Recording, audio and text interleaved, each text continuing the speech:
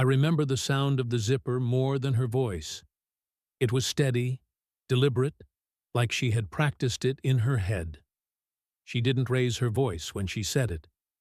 That was what frightened me. Pack your bags tonight, or stay silent. The room felt smaller after that, as if the walls had leaned in to listen. I stood there holding my phone, my thumb frozen over nothing important, realizing this wasn't an argument anymore. It was a deadline. I opened my mouth to explain, to soften it, to buy time. But time had already stepped out of the room. What came out of me instead was quiet and instinctive. Then I lose. I didn't finish the sentence, because suddenly I understood that whatever I chose next would follow me for the rest of my life. Before that night, my life looked ordinary in a way that felt earned. I was 53, recently promoted into a role I had chased for years, living in a quiet house that smelled like coffee in the mornings and laundry soap by evening. We had been married for 26 years, long enough that our conversations had developed shortcuts, long enough that silence itself had become a language. I met her when I was 27. We were both less careful then, more willing to believe that effort alone could solve anything. We built our life the slow way.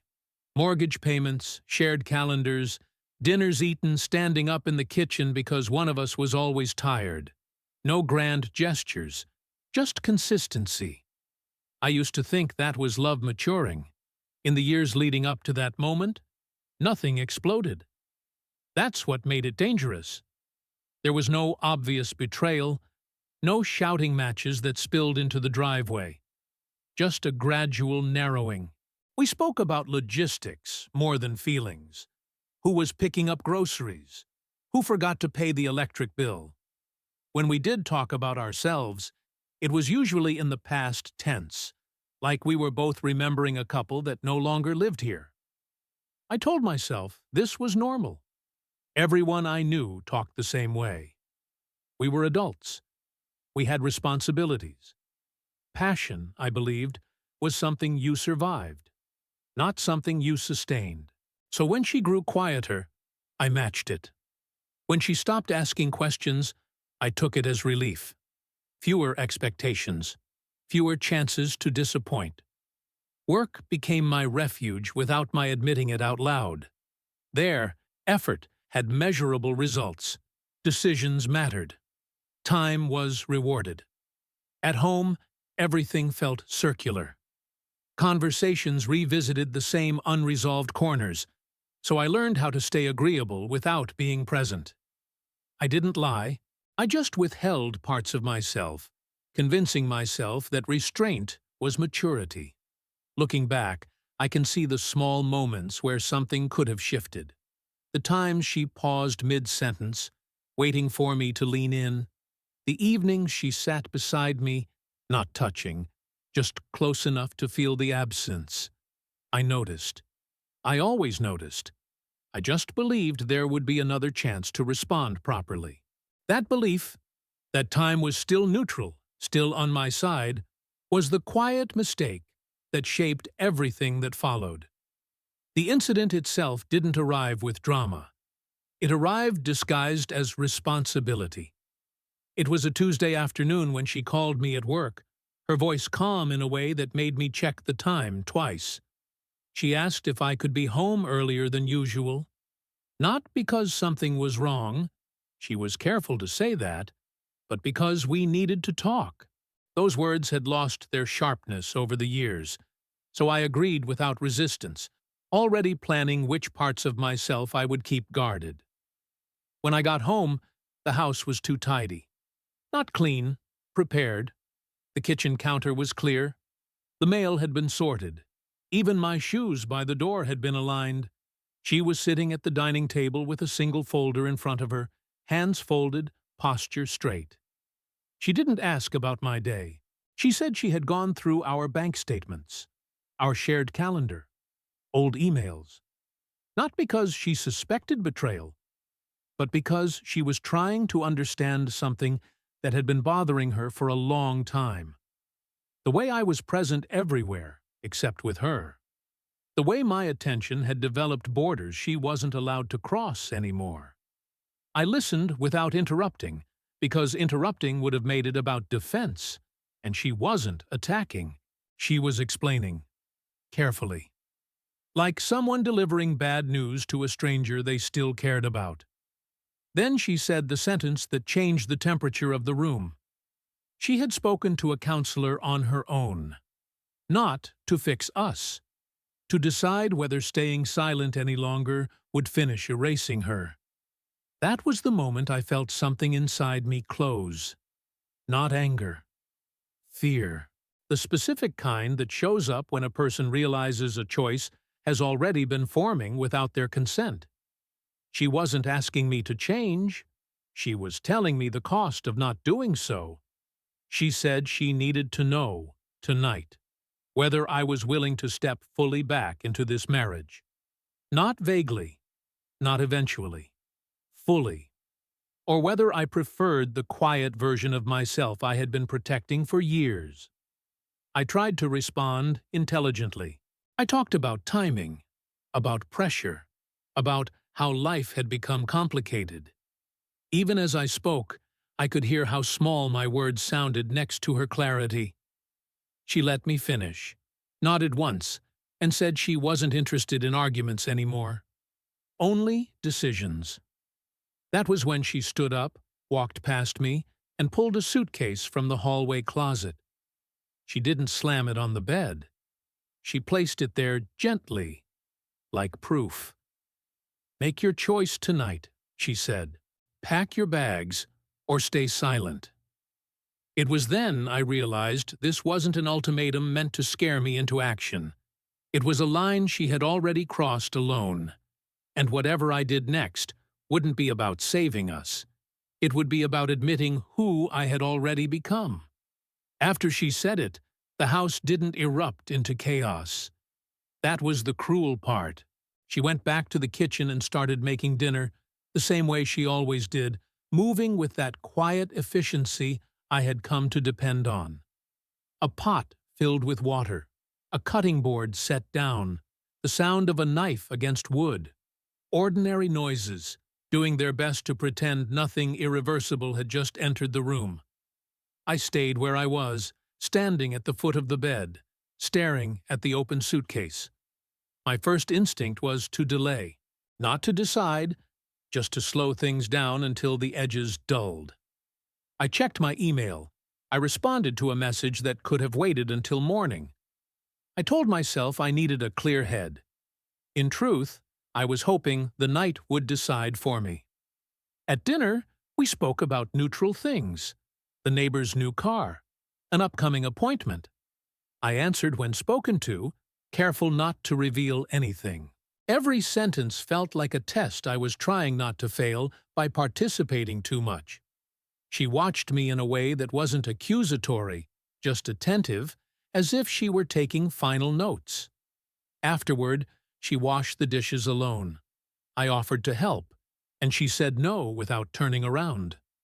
That single word carried more weight than any argument we'd ever had. It told me that assistance was no longer the issue. Presence was. Upstairs, I opened the closet. My clothes hung there like artifacts from a life I hadn't examined in years. I touched a jacket I wore on our 20th anniversary. A shirt, she once said, made me look younger. Each item felt like evidence, both for and against me. Packing meant admitting I had chosen absence long before tonight. Staying meant promising a version of myself I wasn't sure I knew how to sustain. I sat on the edge of the bed and tried to imagine leaving. Where I would go, what I would tell people. I could already hear myself explaining it in a reasonable tone, framing it as a mutual decision, a natural evolution. The ease of that narrative frightened me. It meant I had rehearsed it without realizing. Downstairs, I heard her turn off the lights. The house settled into its nighttime posture. This was usually the hour when we watched something forgettable together. Close, but not touching. Instead, The space between us felt deliberate, like a door quietly closed. I told myself I would speak in the morning, that one more night of silence wouldn't matter.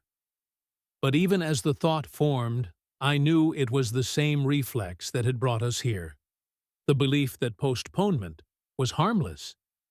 The pressure didn't arrive all at once. It accumulated in small, steady increments, until the quiet I had protected for years began to feel less like safety and more like a verdict I was slowly delivering to myself. The breaking point didn't come with raised voices. It came with exhaustion. Sometime after midnight, I heard her footsteps pause outside the bedroom. Not enter, just stop. That hesitation carried more weight than if she had walked in angry. I realized she wasn't waiting for permission. She was waiting to see who I was going to be when no one was watching.